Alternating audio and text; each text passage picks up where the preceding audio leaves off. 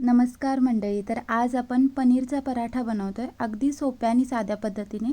Main म्हणजे हा लाटताना फाटत नाही आणि जशी आपली पुरणपोळी फुगते ना अगदी तसा टम्म फुगून तयार होणार.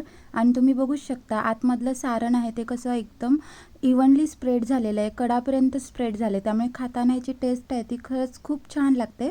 तर चला रेसिपीला स्टार्ट करूया. तर सगळ्यात आधी आपण पीठ मळून घ्यायचं आहे, म्हणजे पीठ छान मऊ होतं जोपर्यंत आपण सारण वगैरे बनवतो तोपर्यंत. तर मी गव्हाचं पीठ इथे घेतलेलं आहे. 1 कप गव्हाचं पीठ मी चाळून घेतलं आहे. दरवेळी मी सांगते जरी पण तुम्ही चाळून ठेवलेलं असलं पीठ तरीसुद्धा मळताना एकदा चाळून घ्यायचं, म्हणजे ते हलकं होतं. त्याच्यामध्ये चवीनुसार मीठ आणि अगदी चमचाभर सारखी कलोंजी घातले. पूर्णपणे ऑप्शनल आहे पण चव खूप छान येते. जर असेल तर तुम्ही घालू शकता, अदरवाईज पांढरे तीळ घातलात ना तरी चालेल. हे ड्राय इंग्रेडियंट्स आहेत ते चांगले मिक्स करून घ्यायचे, म्हणजे ते इव्हनली स्प्रेड होतात. आणि मगच आपल्याला याच्यामध्ये पाणी घालून जरा जरासं पाणी घालून याचा मऊसूत गोळा मळून घ्यायचा आहे. कोणताही जेव्हा आपण स्टफिंगवाला पदार्थ बनवतो, जसं पुरणपोळी असू दे, कोणत्याही प्रकारचा पराठा असू दे, त्याची कणिक आहे ती मऊसूत मळायची. म्हणजे जेव्हा आपण पराठ्यामध्ये कोणतीही गोष्ट स्टफ करतो तेव्हा ते लाटताना फाटत नाही, अगदी छान पीठ आहे ते स्प्रेड होत जातं. त्यामुळे पीठ एकदम मऊसूत छान मळायचं जेणेकरून ते लाटायला सोपं होऊन जातं. तर बघू शकता पीठ छान मळून घेतलं आहे. पीठ मळून झाल्यानंतर मी याला तेल लावते. कधीही तेल आहे ते लास्टलाच लावते मी कोणत्याही पिठाला, म्हणजे पिठामध्ये तेलाच्या गुठळ्या होत नाहीत आणि ते एकसारखं मळलं जातं. लास्टला तेल लावून आपल्याला छान असं त्याला पुन्हा मळून घ्यायचं आहे, म्हणजे असं एकदम लुसलुशीत बनवायचं आहे, क्रॅक फ्री.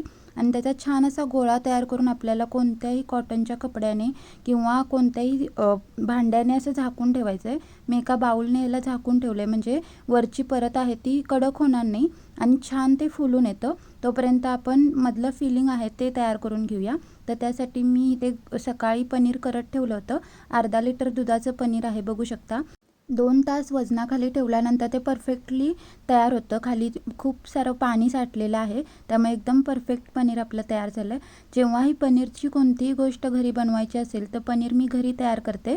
तुम्हाला हवं तर तुम्ही मार्केटचं वापरलात तरी चालेल, पण हे तुम्ही बघू शकता किती छान पांढरं शुभ्र आणि एकदम स्पॉन्जी असं पनीर आपल्या घरच्या घरी बनवून तयार झालं आहे. तर आता ह्या पनीरला आपल्याला व्यवस्थित किसून घ्यायचं आहे. तुम्हाला हवं तर हाताने कुस्करलात तरी चालेल, पण किसणीने एकसारखं किसलं जातं म्हणून मी ते किसून घेतलं आहे. आता याच्यामध्ये सगळे मसाले घालायचे आहेत. ऑरिगॅनो घातलं आहे मी 1 चमचाभर सारखं, चवीनुसार मीठ. ऑरिगॅनो पूर्णपणे ऑप्शनल आहे पण चव छान येते, त्याच्या जागी तुम्ही चिली फ्लेक्स पण घालू शकता. अर्धा चमचा जिरे पावडर, 1 चमचा धने पावडर, 1 चमचा लाल कश्मीरी पावडर, 1 चमचा मी पांढरे तीळ घातलेले आहेत आणि अर्धा चमच्यासारखा ओवा हातावर क्रश करून घालायचा, म्हणजे त्याचा फ्लेवर आहे तो खूप छान येतो. ह्या सगळ्या गोष्टी हलक्या मिक्स करून घ्यायच्या. छान सगळीकडे व्यवस्थित मिक्स झाल्या पाहिजेत. मेन म्हणजे मीठ मसाले आहेत ते सगळीकडे एकसारखे लागले पाहिजेत, त्यामुळे छान मिक्स करून घ्यायचं. आणि मग याच्यामध्ये बारीक चिरलेली कोथिंबीर घालायची, भरपूर सारी कोथिंबीर घालायची, म्हणजे ती खाताना खूप छान लागते. तुम्हाला हवं तर इथे हिरवी मिरचीसुद्धा बारीक चिरून घातलात तरी चालतं. हे सगळं छान असं मिक्स करून घेऊन आपल्याला बाजूला ठेवायचं आहे. आता बघू शकता 15 मिनटं झाले होते. बऱ्यापैकी पीठ आहे ते अजून सॉफ्ट झालं आहे. पुन्हा एकदा मी अर्धा चमच्यासारखं तेल याच्यावरती घातलं आहे आणि आता याला पुन्हा मळून घेणार आहे.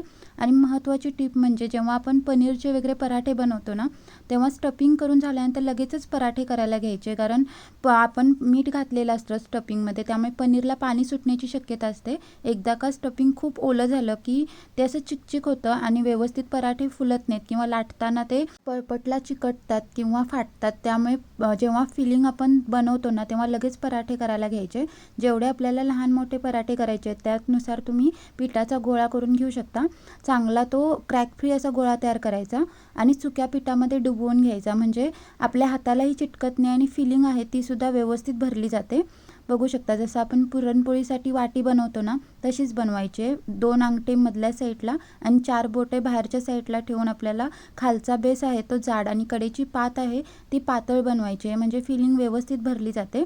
आणि वाटी जेवढी आहे तेवढी पूर्ण भरेल इतपत आपल्याला याच्यामध्ये फिलिंग घालायचं आहे, म्हणजे जेवढं फिलिंग तुम्ही त्याच्यामध्ये जास्त घालाल ना तेवढा पराठा आहे तो खायला खूप छान लागतो. त्यामुळे शक्य होईल तितकं फिलिंग आहे ते खूप जास्त भरायला ट्राय करा. आणि आता आपल्याला सिंपली हा गोळा आहे तो बंद करून घ्यायचा आहे. बोटाच्या साहाय्याने बाहेर आलेलं फिलिंग आहे ते आतमध्ये दाबत आपल्याला हा गोळा आहे तो व्यवस्थित पॅक करून घ्यायचा आहे. अगदी आपण पुरणपोळीमध्ये पुरण भरतो ना तीच प्रोसेस आहे. गोळा थोडा हातामध्ये घोळवून घ्यायचा, म्हणजे आतलं जे फिलिंग आहे ते इव्हनली स्प्रेड होतं आणि जेव्हा आपण लाटतो तेव्हा कुठे जास्त कुठे कमी होत नाही आणि पराठा आहे तो एकसारखा लाटला जातो. आता सुक्या पिठामध्ये मी पुन्हा याला व्यवस्थित डुबवून घेतलं आहे आणि जी आपण सील केलेली बाजू आहे ती पळपटाला खालच्या साईडला ठेवायची, म्हणजे ती व्यवस्थित लाटली जाते आणि फाटत नाही. आणि हलक्या हाताने आपल्याला पराठा आहे तो लाटून घ्यायचा आहे. जितका शक्य होईल तितका पातळ पराठा लाटायचा, म्हणजे तो खाताना छान लागतो. जाडसर ठेवायचा नाही आणि हलक्या हातानेच लाटायचा. खूप दाब दिला तर आतमध्ये जी हवा क्रिएट होते जेणे तो पराठा फुलला जातो, ती दबली जाते. त्यामुळे हलक्या हाताने व्यवस्थित लाटायचं. कडा आहेत त्या आवर्जून पातळ अशा लाटा, म्हणजे त्या खाताना छान लागतात. तुम्ही बघू शकता बऱ्यापैकी पातळ मी ह्या पराठ्याला लाटलं आहे, म्हणजे आतलं फिलिंग आहे ते इझिली दिसते. इथपर्यंत याला लाटून घेतलं आहे. मी तवा आधीच तापत ठेवला होता. आता आपल्याला हा पराठा भाजून घ्यायचा आहे. भाजताना सुद्धा पळपटाच्या वरची बाजू होती ती तव्याला खालच्या साईडला ठेवायची, म्हणजे पराठा छान फुलला जातो.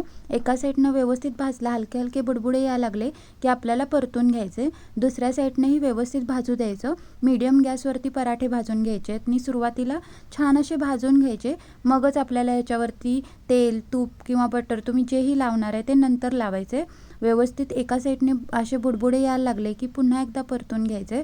बघू शकता पलीकडच्या साईडने व्यवस्थित त्याला रंग आलेला आहे, व्यवस्थित असे डाग पडलेले आहेत आणि काही न करता ऑटोमॅटिकली फुग्यासारखा फुगतो तो. एकदम बारीकनी बारीक गोष्ट तुम्ही लक्षात ठेवून जर केलात ना तर कोणताच पराठा तुमचा असा दबका होणार नाही. सगळे पराठे अगदी फुग्यासारखे फुगतील. आता आपल्याला याच्यावरती तेल किंवा तूप लावून घ्यायचं आहे. मी थोडंसं बटर लावते, तुम्हाला जे पण हवं आहे ते तुम्ही लावू शकता. आता दुसरी साईड पलटायची आणि त्या साईडला सुद्धा तेल किंवा बटर लावून घ्यायचं आणि आता आपल्याला मीडियम गॅसवरतीच व्यवस्थित आलटून पालटून याला छान वरून हलकं क्रिस्पी होईपर्यंत भाजून घ्यायचं आहे. तुम्हाला जर खूप मऊसूत असा पराठा हवा असेल तर खूप आलटपालट करायची नाही, म्हणजे तो लास्टपर्यंत मस्त मऊ लुसलुशीत राहतो. पण मला थोडा क्रिस्पी होता म्हणून मी त्याला आलटून पालटून चांगलं भाजून घेतलं आहे. म्हणजे पराठा आहे तो हलका क्रिस्पी असला तर छान लागतो. तर तुम्हाला हवं तशा पद्धतीने तुम्ही याला भाजून घेऊ शकता. सगळे पराठे मी अशाच पद्धतीने भाजलेत आणि तुम्ही बघू शकता त्याला कलर किती छान आला आहे. आणि सुरुवातीला मी तुम्हाला ओपन करून दाखवलंच होतं. आता मी याला सर्व करते. तुम्ही याला कोणत्याही प्रकारच्या चटणीसोबत किंवा सॉससोबत तुम्हाला जसं आवडतं तसं तुम्ही याला खाऊ शकता.